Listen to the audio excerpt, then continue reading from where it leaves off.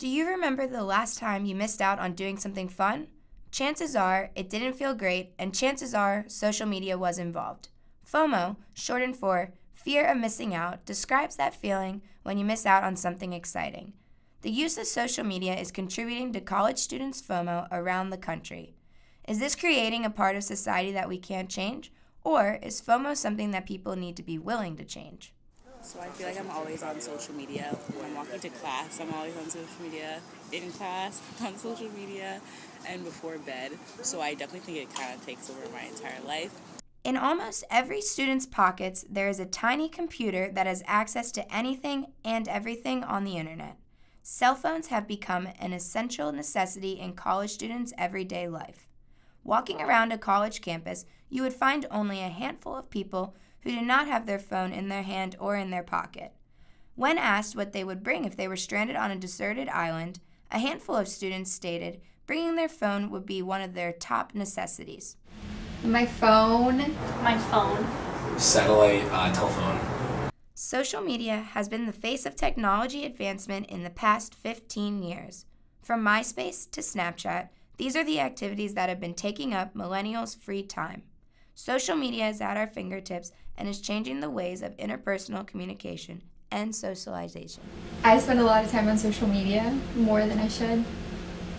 And so it takes time away from actually things I could be doing that's more productive. I definitely use social media a lot, but I think it is a good thing because it keeps me connected with people that I'm not necessarily going to talk to every day. So I feel like I'm still part of their life. Well, at this point, it basically consumes my whole life, so. It is very useful being able to communicate with everybody and having a lot of information at your fingertips, but other than that, it's just a giant distraction. Social media is making students feel that they are missing out on events they'd like to be a part of.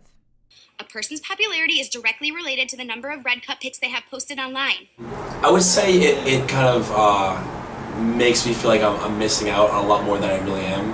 It makes it, because people are always going to be videotaping and taking pictures of the most exciting highlights of their evening. So their night might look a little bit more exciting than it actually was. So it makes me feel a little upset that I'm missing out. But what platform is causing college students their FOMO? It's definitely Snapchat because it's kind of like shorts, like snaps of everything that's going on like right then and there. So you can see like a bunch of people at the same time doing stuff. Probably Instagram or Snapchat, just because Snapchat's like the stories. People are constantly documenting it for like the entire night, so you know exactly what's going on. Snapchat, without a doubt, because you get to see different stories and you basically get to see exactly what people are doing. And if you don't get like invited somewhere, then definitely you get a little FOMO. It's gotta be Snapchat because you can see every moment of the night, how it played out. And you can see everything you missed. Snapchat was created in 2011 and became popular in 2012. It is an application for cell phones that allows you to share pictures and videos with your friends that will erase after 24 hours. The millennial generation uses it very frequently in their everyday lives. They feel the need to document every memorable moment they're experiencing. I put Snapchats on my story when I think something's funny or I want to show other people I'm having a good time. In order to access social media sites or applications such as Snapchat, one must own a smartphone. According to Nielsen Online, over 85% of the millennial generation owns smartphones. But which one are they choosing and why? What do the students at the University of Tampa have? I have an iPhone 6S, and I chose it because everyone has an iPhone.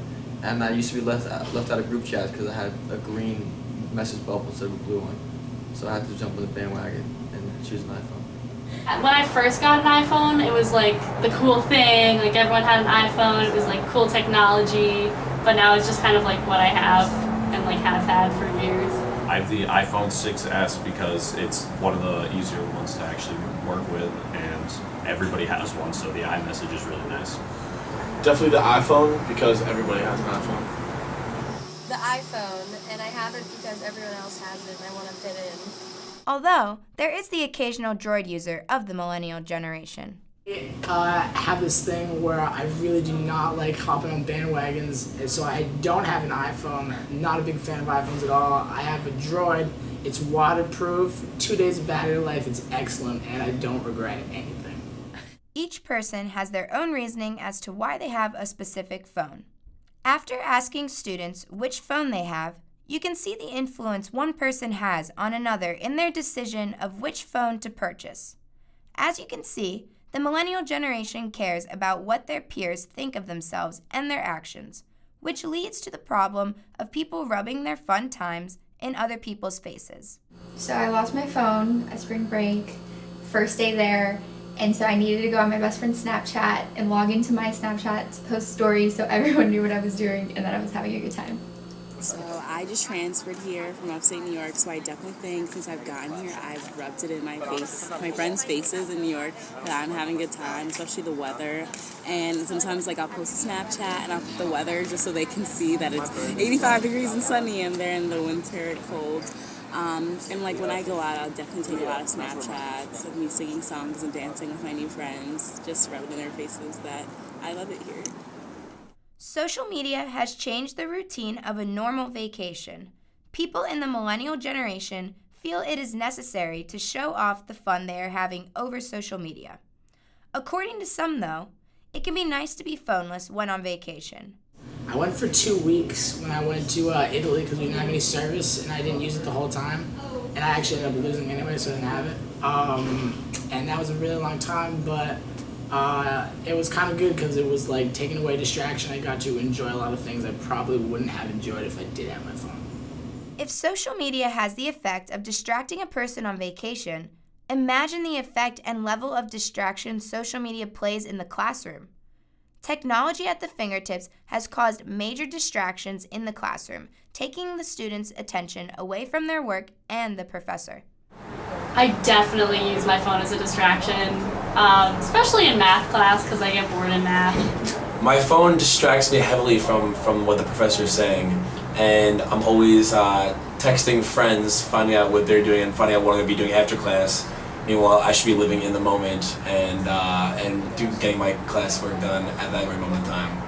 Researchers at Northeastern University conducted a study where they tracked female first-year college students' use of 11 forms of social media, including television, movies, music, and video games over the course of an academic year. After the study, the researchers found those who had higher social media usage had lower GPAs.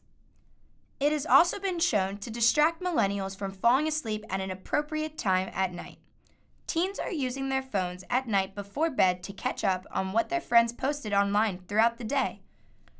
According to the Huffington Post, looking at a phone before bed can lead to obesity, diabetes, and cardiovascular disease. While people are on social media, they do not realize how long they are actually on it for. I check my phone every night before I go to sleep, usually because I can't fall asleep.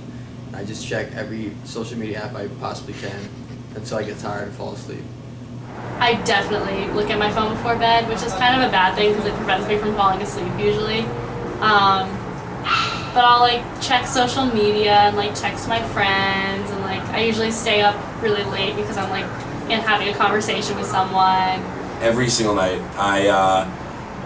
probably 20 minutes to half an hour. I'm usually scrolling through Instagram to see everyone's pictures and Snapchat to see what everyone's been doing for the past 24 hours. With wanting to go out with friends, whether to a party, a movie, or just out for food, it requires one to be constantly spending money. How much their FOMO affects their spending habits depends on if the person has enough willpower to say no to people and not spend money. But due to people not wanting to miss out on anything that their friends are doing, saying no doesn't seem like an easy task. I usually choose to stay in and save money because when I go out, I spend an absurd amount. And I need that to buy food and live. Social media has the capability to notify its users with advertisements for sales of certain products. Online shopping has become a very popular hobby amongst the millennial generation. When there is a sale, some do not want to miss such a good deal and will sporadically purchase the item. According to a recent survey, 60% of people made a purchase in reaction to FOMO within the past 24 hours. If a particular product is popular at the time and one sees all their friends purchasing it, FOMO has a good chance of setting in and convincing someone to make the purchase because they do not want to miss out. Yes, I do have FOMO when I'm online and I see someone wearing a cute shirt or have a cute necklace and it makes me want to go buy it or wonder where they got it. Because of social media, college students' lives are being greatly affected with their constant fear of missing out. Lack of focus in school, poor sleeping habits, negative bank accounts, and constant socialization have been shown to be effects of heavy social media usage. On the bright side, there are ways to manage your social media usage and monitor your levels of FOMO.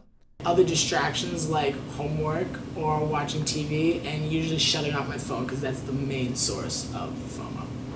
Sometimes I just go out, which is bad.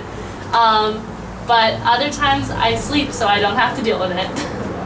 I would have to say I would try to keep myself occupied with things that I know make me happy even when I'm by myself, like playing some video games, or maybe even playing card games with any friends that might be in with me. Like, I have all my friends' passwords to their accounts, so sometimes I go on there so I don't have to see my friends, what my friends are posting, but their friends, and I don't know their friends, I don't really care what they're doing. The advancement of social media and the social side effects it brings is definitely something society has to adjust to, but it is certainly possible. A promising future is ahead with the increasing advancements in technology, but only time will tell how the millennial generation will react.